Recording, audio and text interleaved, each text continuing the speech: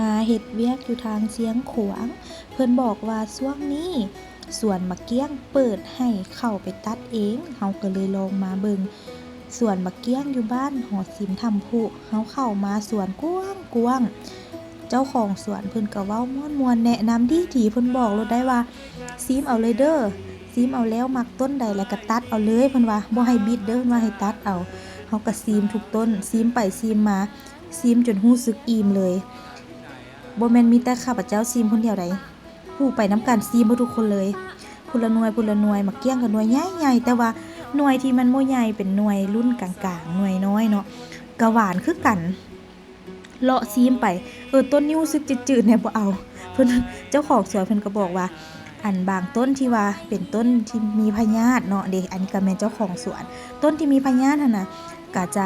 จะอันนั้นจืดก็สิบ่แซ่บปานใดแต่ต้นที่สุขภาพดีก็สิแซ่บเพิ่นว่าน่ะก็คือคนนี่แหละเพิ่นว่าคันสุขภาพดีก็งามเพิ่นก็ว่าซั่นเด้เจ้าของสวนนี่เพิ่นเป็นคนจีนอีกได้เพิ่นก็ได้อันผู้ที่อยู่ต้นคลิปเห็นบ่เป็นเมียเพิ่นได้หั่นได้เมียผู้สาวน้อยผู้เมียก็เก็บเงินผัวก็เฮ็ดสวน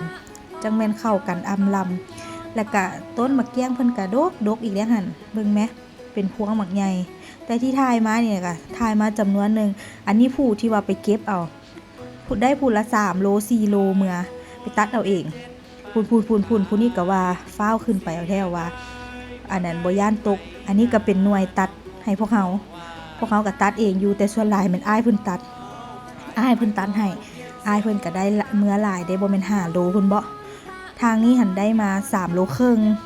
แล้วก็ผู้อื่นก็3โล4โลตามกันไปสรุปแล้วเฉพาะกลุ่มเฮาเราได้ขายให้นะเกือบ20โลพุ่นที่บ่เฉพาะแต่กลุ่มเฮายังกินบ่เบิดเท่าเดี๋ยวนี้นี่ไปมื้อก่อนเนาะอันนี้ก็